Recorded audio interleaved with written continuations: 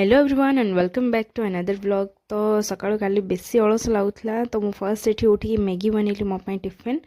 तापरे ब्रेकफास्ट कला परे मु गली फ्रेश होबा पई। फ्रेश होला परे मु टिके ऊपरे गला बेलू एते मेघ होइतला ना काली तो वर्षा बिल्कुल भी छाड़ीनी।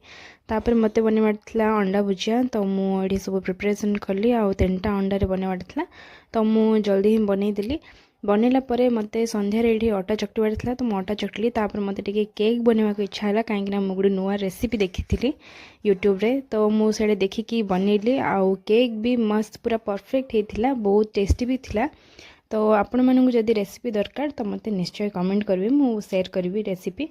आउ आज गुरुवार थिला सेति में मु काली एठी अल्पना बनौतली माने जो पिठू रे जो झुटी दियंती सेडा।